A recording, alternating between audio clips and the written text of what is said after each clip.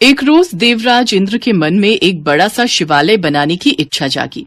उन्होंने अपने सभी सैनिकों को शिवालय बनाने के लिए एक अच्छी सी जगह ढूंढने को कहा। हमें एक भव्य विशाल शिवालय बनवाना है और हम चाहते हैं कि इसके लिए अच्छी सी जगह खोजी जाए।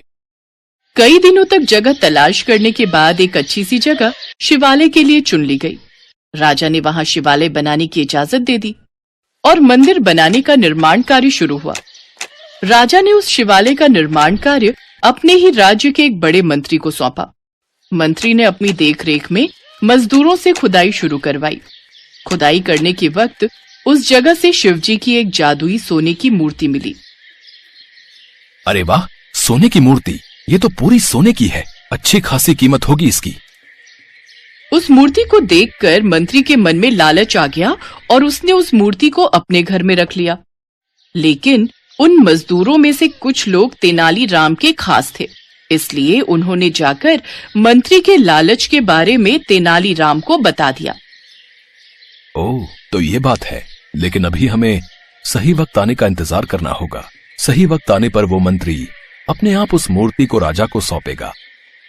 कुछ ही दिनों में मंदिर का निर्माण कार्य पूर्ण हुआ और मंदिर के लिए राजा ने सभी मंत्रियों से कैसी मूर्ति बनाई जाए इसकी राय मांगी। लेकिन सबसे बात करने के बाद भी राजा किसी निष्कर्ष पर नहीं पहुंच पाए। तभी एक जटाधारी सन्यासी दरबार में आए। हे मुनिवर, आपका हमारे दरबार में स्वागत है। मैं जानता हूं महाराज, आप सब किस सोच विचार में हैं और मुझे यहाँ आपकी सहायता करने के लिए खुद शिवजी ने यहाँ भेजा है। क्या भगवान शिव ने आपको यहाँ भेजा है? हाँ महाराज, भगवान शिव ने मुझसे कहा है कि उन्होंने अपनी एक जादुई सोने की मूर्ति भेजी है और वो मूर्ति भगवान ने इस बड़े मंत्री के घर में रखी है। आप जाकर उस जादुई सोने की मूर्ति की स्थापना उस मंदिर में कर दीजिए। जादुई सोने की मूर्ति? हाँ, जादुई सोने की मूर्ति। उस जादुई मूर्ति से कभी भी इस राज्य को कोई नुकसान नहीं होगा। इतना कहकर वो मुनिवर वहां से चले गए। लेकिन वो मंत्री सोच में पड़ गया। आखिर उस मुनिवर को ये बात पता कैसे चली? लेकिन राजा को कुछ कुछ समझ में आने लगा और उनकी नजरें तेनाली राम को सभा में ढूंढने लगी, लेकिन वो उन्हें कहीं नजर नहीं आए। कुछ देर बाद वहां तेनाली राम सामने से महल में आए, लेकिन फिर अचानक उन्हें देख सभी हंसने लगे। तभी सेनापति ने कहा, अच्छा, तो आप ही वो मुनिवर थे। आपने अपनी वेशभूषा तो उतार दी, लेकिन अपनी माला उतारना भूल गए। हाँ, लेकिन तेनालीराम ने जो वेशभूषा ली थी वो अच्छे काम के लिए ही पहनी थी और उनकी बुद्धिमानी देखकर मैं बहुत खुश हूं। इसलिए हम तेनालीराम को इनाम देने की घोषणा करते हैं। साथ ही मंत्री के घर से उस जादुई सोने की मूर्ति को लेकर मंदिर में स्थापित किया जाए। उस मंत्री को अपनी गलती का एहसास हुआ और उन्होंने तेनालीराम और राजा समेत सभी से अपनी गलती के लिए माफी मांगी। महाराज, मुझे माफ कर दो। तेनालीराम, मुझे माफ कर दो। मुझसे बहुत बड़ी गलती हो गई।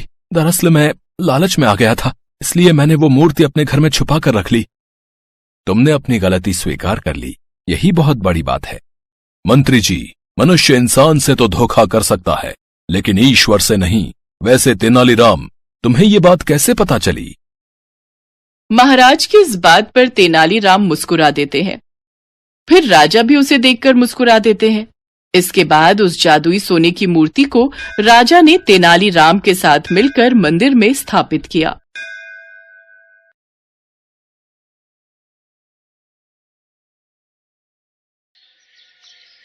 भोला अपनी पत्नी और 2 बच्चों के साथ हरिपुर गांव में रहता था। वो गांव के साहूकार के पास मजदूरी करता था। भोला ने अपनी बहन की शादी के लिए साहूकार से कर्ज लिया था, जिसका भुगतान वो साहूकार को कई वर्षों से कर रहा था। भोला भगवान शंकर की बहुत पूजा करता था। ऐसे ही एक दिन मंदिर में शिवरात्रि का भव्य आयोजन था। वो पत्नी और बच्चों के साथ मंदिर पहुंचा, पर साहूकार भी वहां मौजूद था। मंदिर में दर्शन करने के लिए पुण्य करने पड़ते हैं, तो जैसे कंगाल के पास ऐसा क्या है भगवान शंकर को देने के लिए? बता, कोई दान दक्षिणा या कोई चढ़ावा? भोला उदास मन से पत्नी और बच्चों को लेकर वापस घर की ओर चल पड़ता है। तभी कुछ खाने को दे दो, बड़े जोरों की भूख लगी है। भैया, ये आटे का हलवा है, अगर ये खाओ तो। हाँ हाँ, मुझे आटे का हलवा दे दो, भूख में तो प्रसाद और भी स्वादिष्ट लगता है। क्या नाम है तुम्हारा? मेरा नाम शिवा है। मैं काम की तलाश में हूँ। क्या आप मुझे कोई काम दे सकते हो? मैं कुछ भी कर लूंगा। पर मैं तो खुद एक गरीब मजदूर हूँ, गांव के साहूकार के पास मजदूरी करता हूँ। मैं तुम्हें भला क्या काम दूंगा? भैया मुझे कोई भी काम दे दो, बदले में मुझे पैसे नहीं, बस रहने की जगह दे देना। भोला शिवा की मजबूरी देख हाँ कह देता है। अगले दिन से शिवा वहीं रहने लगता है और घर के काम में मदद करता था। एक दिन भोला अपनी पत्नी माला से बोला, माला, शिवा हमारे लिए इतना सब कुछ क्यों कर रहा है? बच्चों के लिए भी ये इतना दूध, फल, सब्जी सब ले आता है, पर कब तक हम इससे बिना पैसे दिए काम करवाते रहेंगे? तुम एक काम क्यों नहीं करते? साहूकार से कहकर इसे भी अपने साथ काम पर लगवा लो, वहाँ तो इसे काम के बदले पगार मिल जाएगी। भोला को माला की बात सही लगी। वो शिवा को लेकर साहूकार के पास जाता है और काम दिलवा देता है। शिवा भोला के साथ अब खेतों पर भी काम करने जाने लगा। साहूकार शिवा को जो भी पगार देता वो पैसे शिवा भोला को जोड़ने के लिए रखवा देता था। भोला कई बार शिवा से कहता कि वो अपने पैसे वापस ले ले, परंतु शिवा उसे कहता कि जब वक्त आएगा ये पैसे तभी काम आएंगे। एक दिन साहूकार भोला और शिवा को किसी काम से दूसरे गाँव भेजता है। रास्ते में रात हो जाती है। जंगल का रास्ता था। तभी एक शेर के दहाड़ने की आवाज आती है। भोला घबरा जाता है। भोला भैया, आप तो भगवान शंकर के परम भक्त हो, तो डर कैसा? और जब भक्त मुसीबत में हो तो भगवान को भी सहायता के लिए आना ही पड़ता है। आप उस पेड़ के ऊपर चढ़कर बैठ जाओ, बाकी सब मैं देख लूंगा।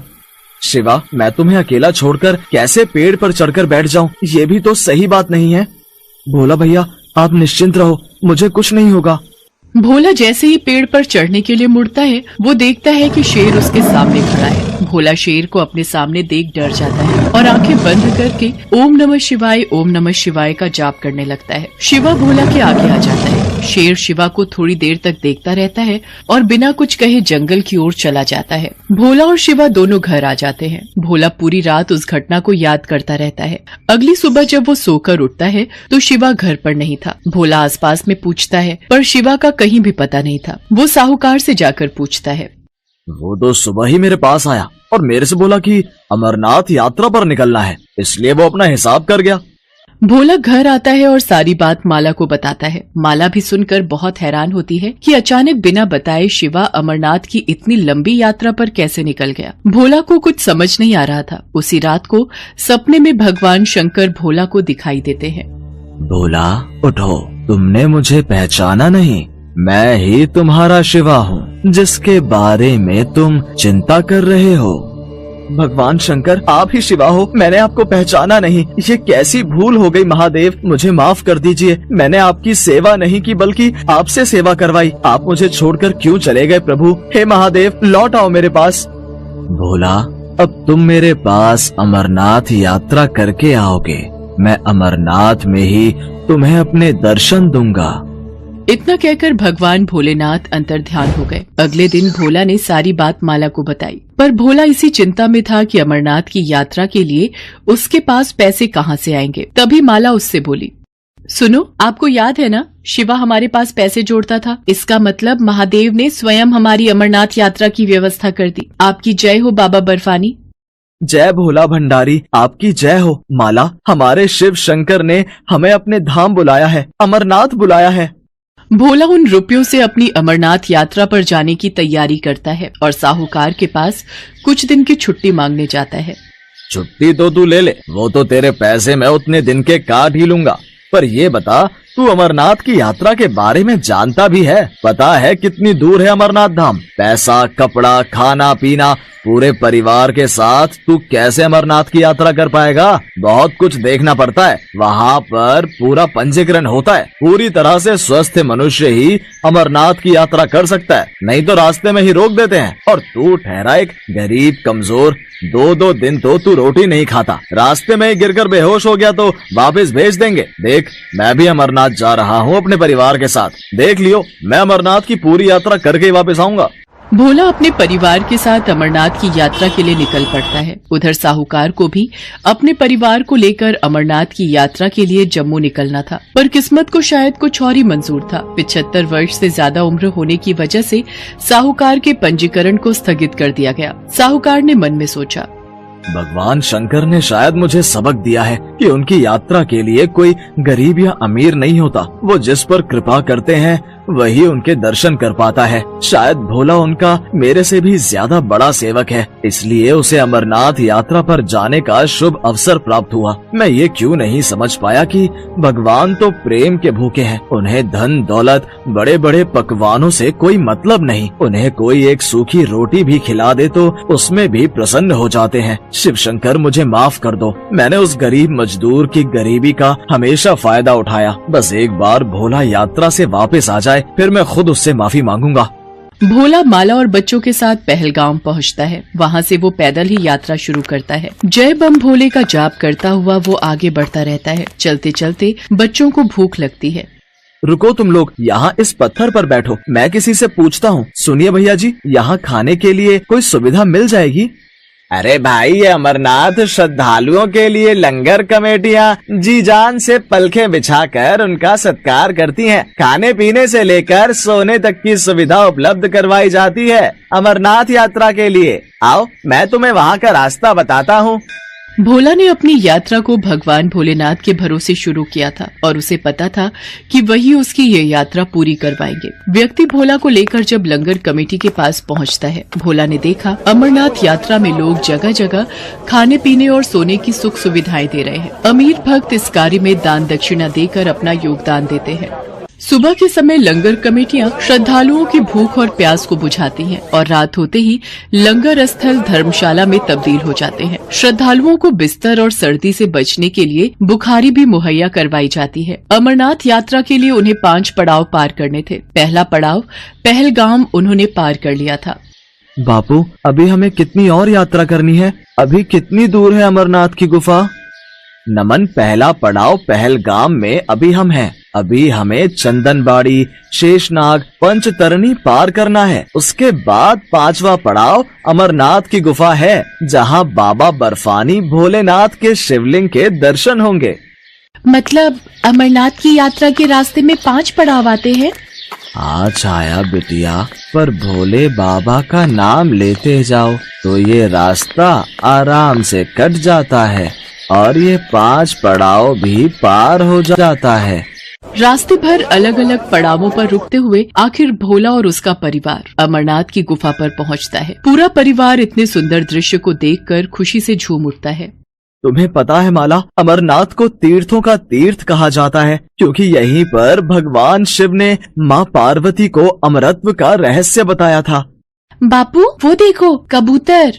तुम्हें पता है छाया, ये कबूतर का जोड़ा बहुत ही किस्मत वालों को दिखाई देता है, जैसे तुमने देखा। सब मिलकर अमरनाथ बर्फानी शिवलिंग के दर्शन करते हैं। भोला हमेशा याद बनकर रहने वाली अनमोल दृश्यों वाली अमरनाथ यात्रा करके खुशी खुशी गांव वापस आ जाता है। साहूकार भोला से अपनी गलतियों के लिए माफी मांगता है और उसे अच्छी पगार देने लगता है। दिल से भगवान शंकर के आशीर्वाद से भोला की जिंदगी में खुशियां आ जाती हैं।